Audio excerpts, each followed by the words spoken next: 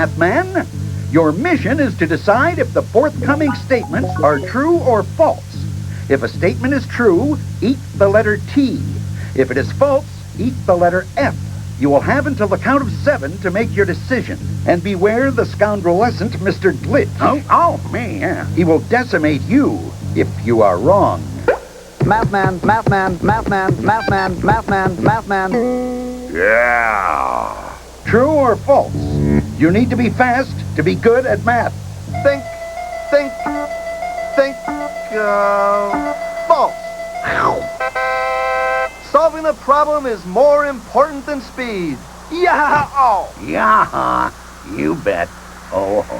Mathman, Mathman, Mathman, Mathman, Mathman, Mathman. Use your head. Mathman, Mathman. I kid. True or false?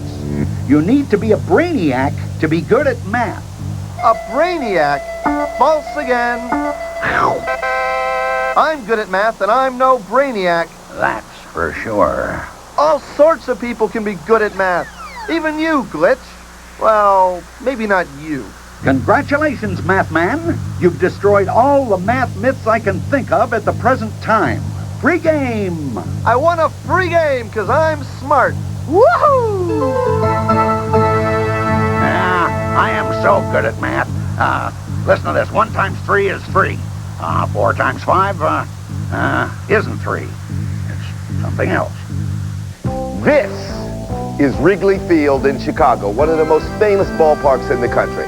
Note that we put 58 baseball cards into the infield. How many baseball cards would fit into the entire playing field, the infield and the outfield?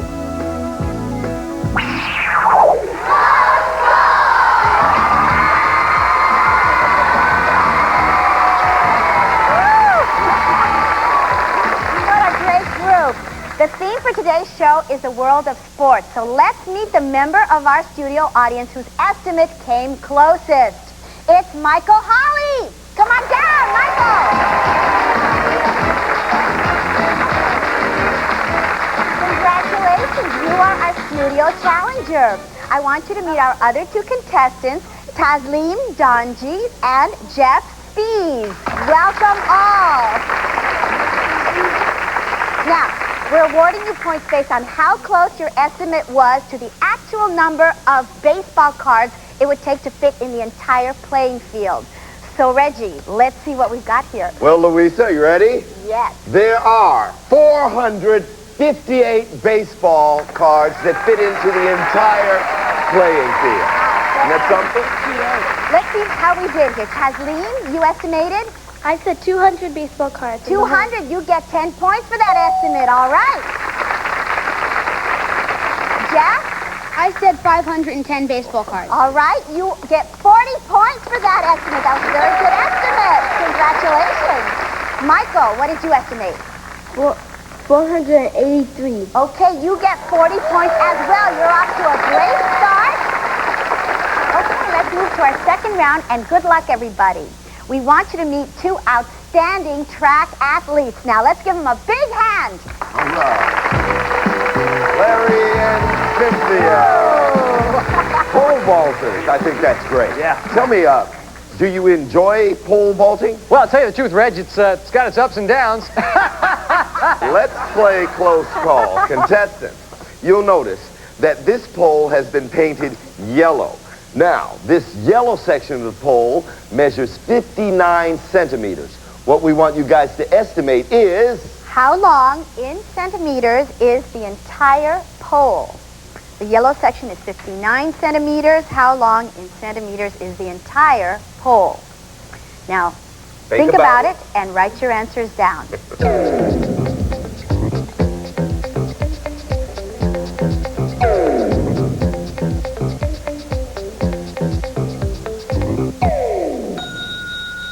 Okay, let's see how our estimators did. Taslim, what did you estimate? I estimated 240 centimeters. 240 centimeters. Okay, Jeff? I estimated 290 centimeters. 290 centimeters, Jeff says. And Michael? I said 409 centimeters. 409 centimeters. Okay, well, let's see how close our estimators are. Reg? Well, Louisa, you know that the length of the entire pole in centimeters is on the estimator-meter, along with a whole range of other possibilities. Guys, we want to know what you think. Hit it.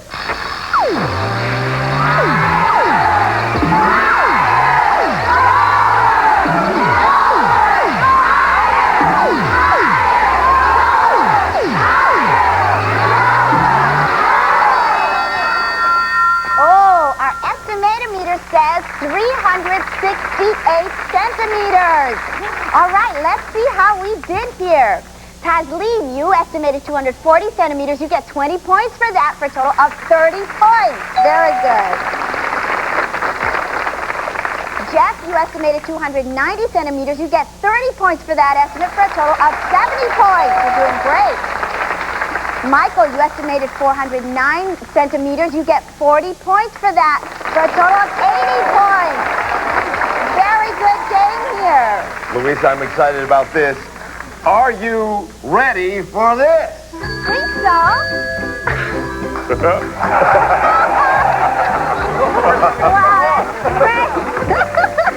Well, hey, what brings you to New York? We're on a promotional junket for the Tour de Peoria. Yes! We're crisscrossing the entire country trying to sign up more racers. Well, and how many have signed up for the race so far? Well, there's us and him. Wow, how do you like that? Well, this should be a dynamic race. Oh, let's give a big hand. Let's play Close Call. This is Jeff Gordon, and he's riding a unicycle. Now, we know that the circumference, that's the distance around the wheel, measures 155 centimeters. Thank you, Louisa. And what we want you to do is to estimate the circumference of the front wheel on the bicycle built for four. So the unicyclist wheel, the small one, is 155 centimeters, and we want you to estimate the circumference of the front wheel on the bicycle built for four. Now, think about it and write your estimates down.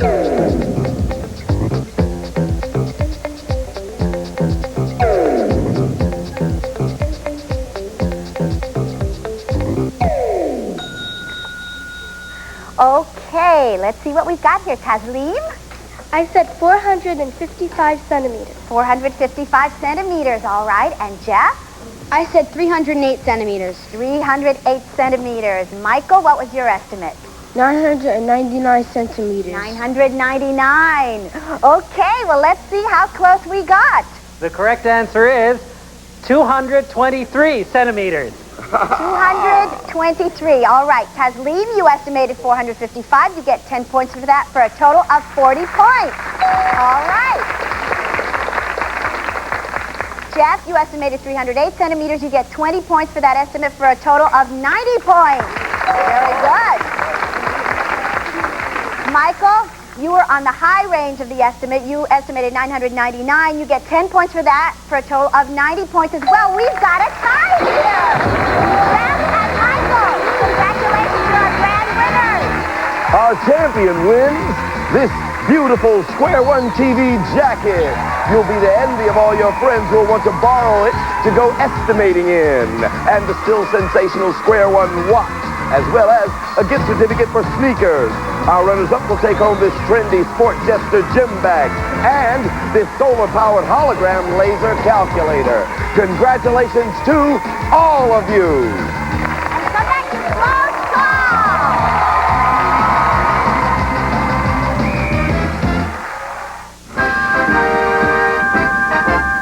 The story you are about to see is a fib, but it's short. The names are made up, but the problems are real. It was Thursday, 9:43 a.m., and New Yorkers were agog by the darling of Long Island, a seismologist named Alfred Foote. The doctor had discovered a new fault and predicted that an earthquake would strike with an epicenter directly under the tennis complex in Forest Hills.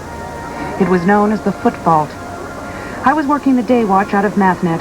My partner is George Franklin. The boss is Joe Greco. My name is Tuesday. I'm a mathematician.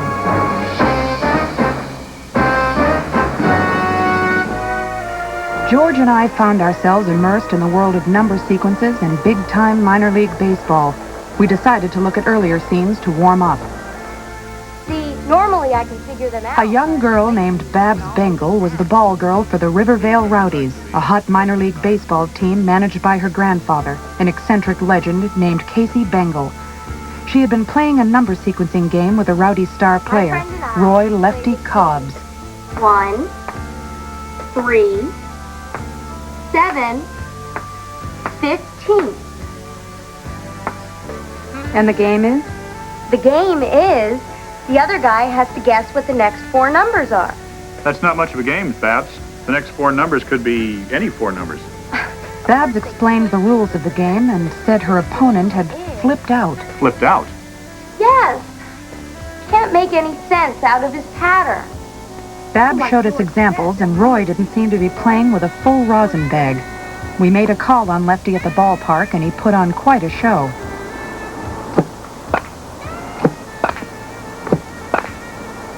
We also clocked Lefty's pitches. He was throwing the ball at 143 miles per hour. Lefty's constant companion and mentor was a strange duck named Dr. Frank N. Steenbrenner. That's enough, mate. No sense giving me any more to look at for free. Into the locker room and I'll ice you down. Isn't it a great day for baseball? We decided to run a background check on Dr. Frank N. Steenbrenner and found he played baseball at Michigan Agricultural College. We talked with his ex-coach, now retired. Is it true that you kicked him off the team? Yes, I did. Why? For betting on the games. When we returned to Mathnet HQ, Benny had news of Steenbrenner's latest gimmick. You haven't heard about his auction? What auction?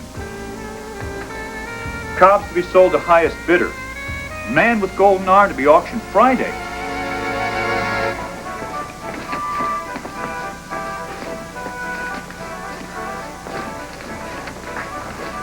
Morning, George. Good morning, Martha. Martha? Martha's your wife, George. I'm Pat, your partner. That's nice.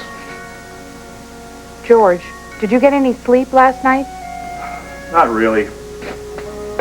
I got this number sequence in my head and I can't get rid of it. Did you go home last night?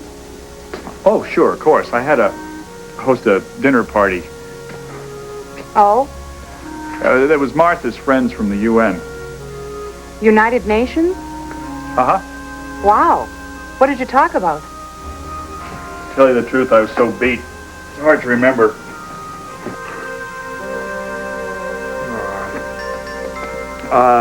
I think it was about not having a nuclear war or something.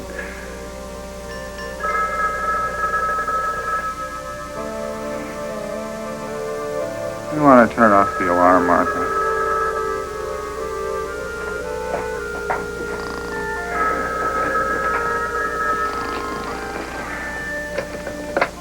Mathnet Tuesday. Oh, hi, Babs. What? Where? We'll be right there, Babs. George. George, wake up. Just 5 more minutes, Martha. George, that was Babs. She has Lefty Cobbs with her and she wants to meet us. Let's roll. What?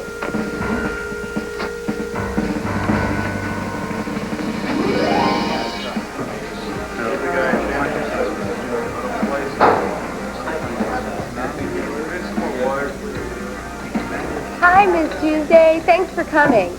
I've been trying to tell Lefty he's making a big mistake by becoming a free agent now. Lefty, these are my friends. Pat Tuesday. George Franklin, Mathnet.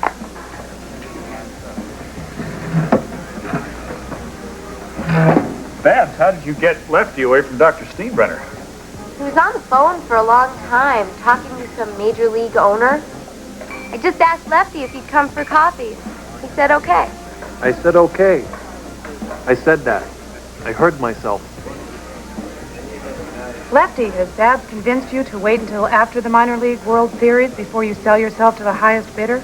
Yes, Babs has convinced me to wait until after the Minor League World Series before I sell myself to the highest bidder. Gee, that's terrific. Great. That means you'll pitch today. If you win. We'll win the pennant and then go into the World Series. Fabulous. So what's the problem? Isn't it a great day for baseball? Yes. Of course, there's the threat of rain with possible highway flooding and high winds. Don't confuse him, Mr. Franklin.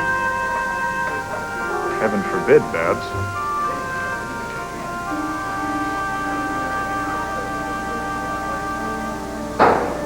Uh-oh. There you are.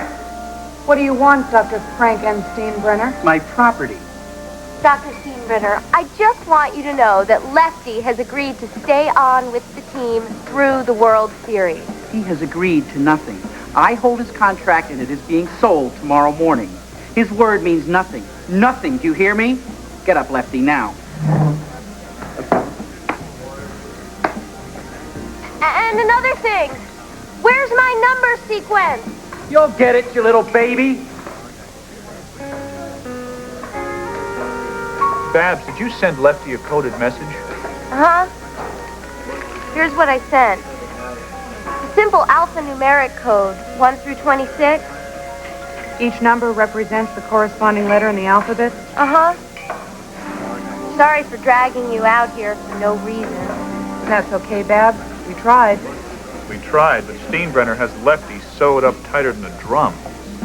Sorry, I've got to go. The game starts in about an hour. Maybe we'll come out and watch. Oh, okay. I'll leave a couple of ducats at the will call booth. A couple of what? Where? 2 freebies for the game. Oh, sure. Pard, take me out to the ball game.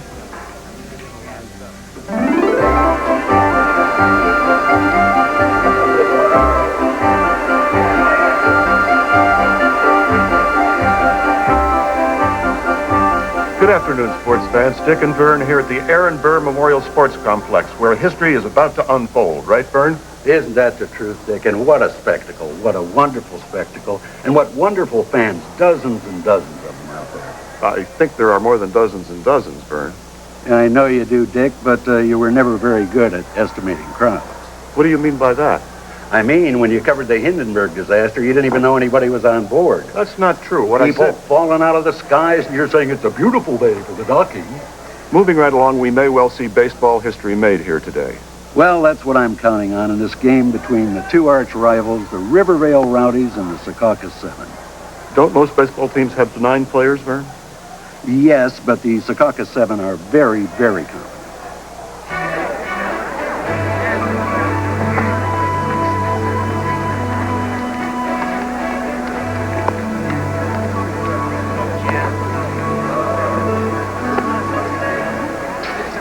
This is exciting, Pat. Uh-huh. Send out my hot dog, Mac. Here you go, buddy. It's all flat. Yes, sir. But if you will note, the volume has not changed, only the shape. You still obtain the same nutrients as though I'd never squatted on it. Were I searching for a word, chagrin would pop to mind. Swallow in good health. Now the shortstop. We want to stop the pickups. Got a paper bag over his head, you understand? So while he has the bag over his head, the other boys come around and they pour some itching powder into his pants. George, it's Babs. Because he was busy. Grab, I'll be right back. Right, Okay? and had the paper bag right down on his head. He started.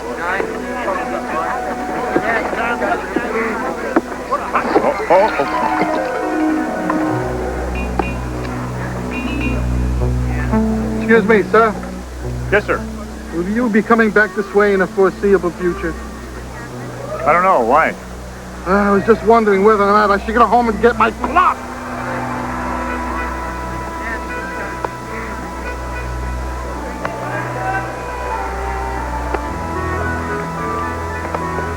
Hi, Miss Tuesday. I got Lefty's answer, but I haven't had a chance to look at it yet. Maybe you could, Sure thing, Babs. Thanks, Babs. We'll take it back to the office and work on it. Back to the office. What about the game? Play ball! Thanks, Mr. Franklin. Yeah, but the game. George.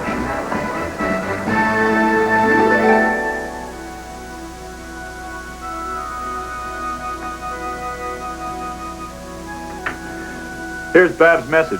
To Lefty? Uh-huh. Here's what she said. 1, 18, 5, 25, 15, 21, 15, 11. Which means? Well, using this alphanumeric code, 1 is A.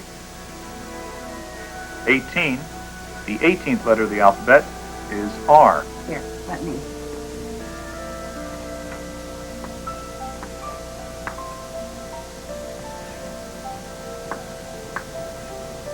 Five, the 5th letter of the alphabet. E. 25 is Y. 15 is O. 21 is U. R, U. 15 is O. Yep. And 11 is K. R, U, OK. That's Babs' message to Lefty. What did he say? I know what he said the other day. Hey, how much longer is it going to take you to finish the ceiling? It took Michelangelo 4 years to paint the Sistine Chapel, you know. Yeah, but he didn't have a roller. What who said? The numbers. The ones you left on the board. With this? Yeah.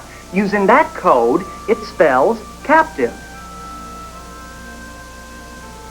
C A P T I V E. I'll be darned. What's his latest response?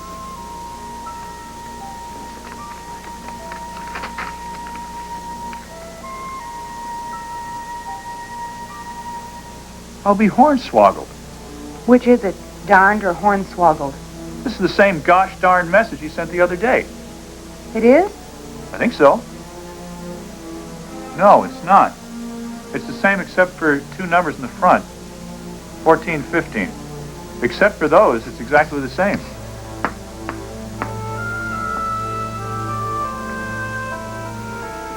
His other numbers spelled out captive. Maybe Lefty's been sending a code. All this time. Pat, write this down.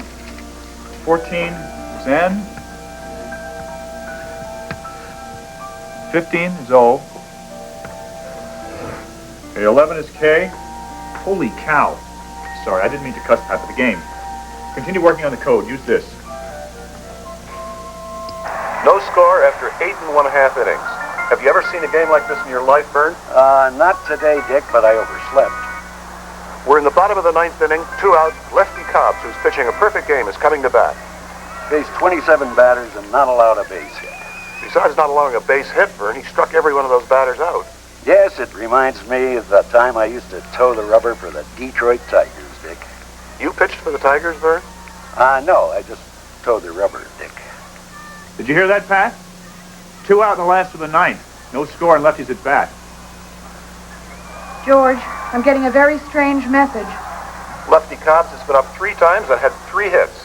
Yes, but is he happy? Here's the first pitch. Ball 1, low and away. Ball 1, Pat.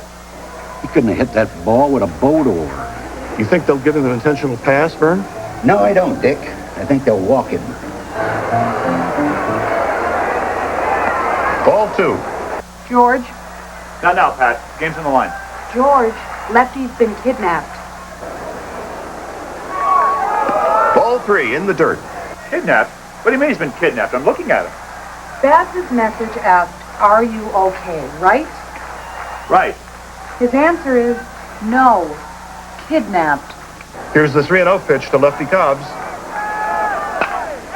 That ball could be out of here, way, way back in left field. Home run for Lefty Cobbs. Home run for Lefty Cobbs. The Rowdies win it. The Rowdies win it. The Rowdies win it.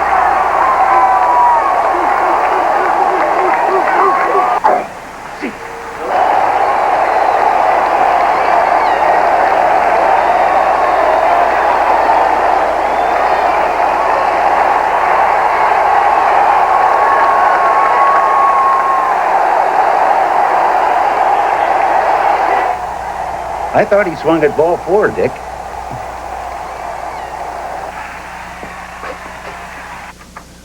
Pat, Lefty just won the game. He says he's been kidnapped. Well, for someone who's kidnapped, he sure has a good stroke. Look. No, kidnapped. Cactic, I had a bee. Doesn't make a lot of sense, Pat. Well, the first part does. Pat, it's got to be a hoax that Lefty is playing on Babs for some reason. It makes no sense. He's not kidnapped. We just saw him win one of the most dramatic games in the history of baseball. George, I know it doesn't seem to make sense, but...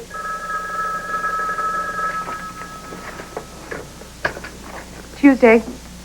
Yes, Sergeant Abruzzi. Who? Send him up. Coach Koch. Coach Koch? Hi, Mathnetters. Coach Koch. What a surprise. Well, I hope I'm not intruding on you. Not at all, Coach. Don't touch the ceiling. What can we do for you? I remembered the answer to the questions you asked me the other day about Frank N. Steenbrenner and what he got his degree in. Oh, yes, Coach Koch. What was his major? Well, he went from hotel management to animal husbandry to sports medicine to the last thing he majored in. Which was? Robotics. Robotics? Yep. I looked it up. Well, that's very nice of you, Coach Koch. But you came all the way from West Lansing to New York just to tell us that? Why didn't you call us on the phone? The what? Anything to add, Pat? George, I still think Lefty's been kidnapped.